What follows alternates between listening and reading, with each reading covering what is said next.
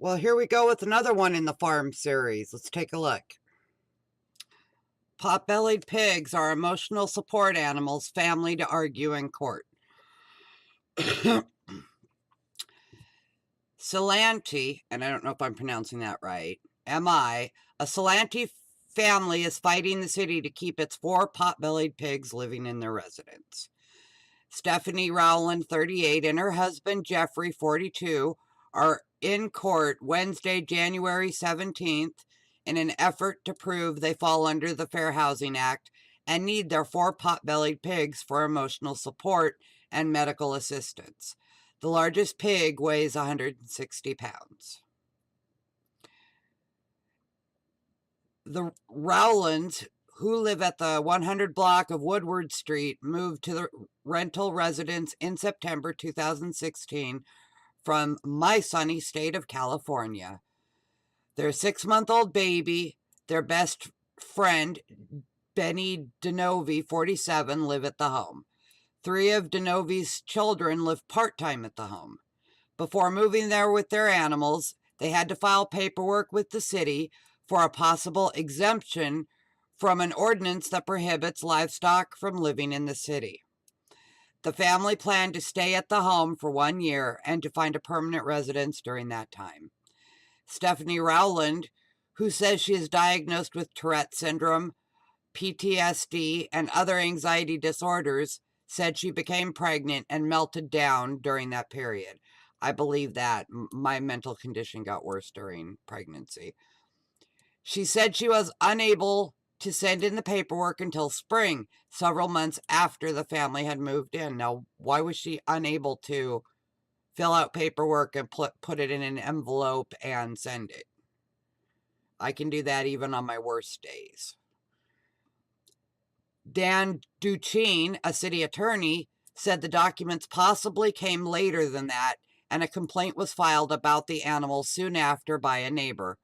A citation was issued by the city in August 21 to remove the pigs. Duchene said it was too late to file for possible exemption from the livestock ordinance at that point. Why? Why? Pigs are not considered service animals under Michigan law.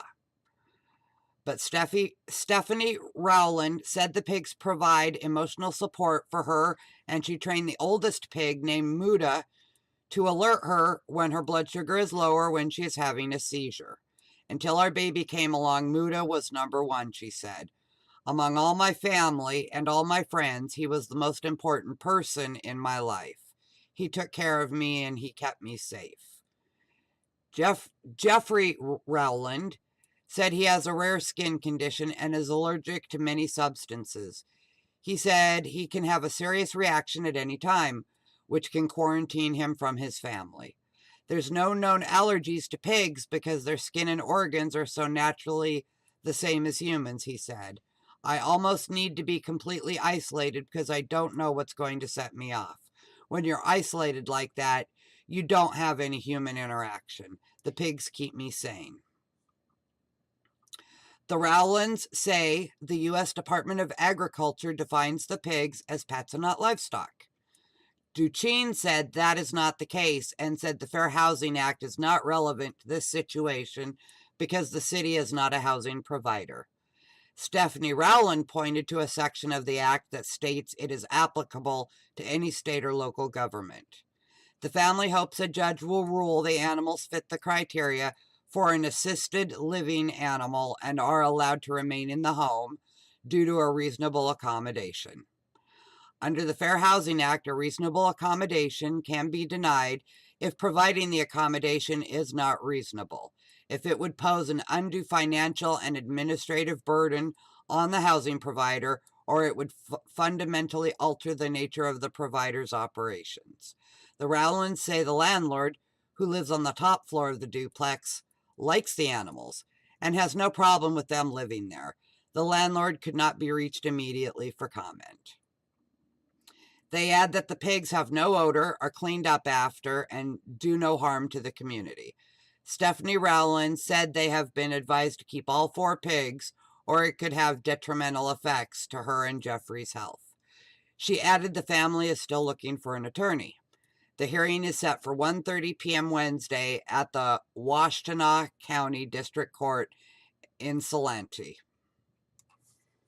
So my question is this. Why was it too late to file the paperwork? They hadn't said anything.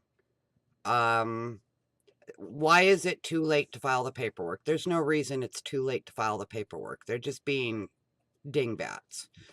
And I hate to tell the city, but the Fair Housing Act also applies to state and local governments. So they can be asked for reasonable accommodation. I had the same problem with my animal control. We're not going to take letters. We don't care about letters. Well, I made them care.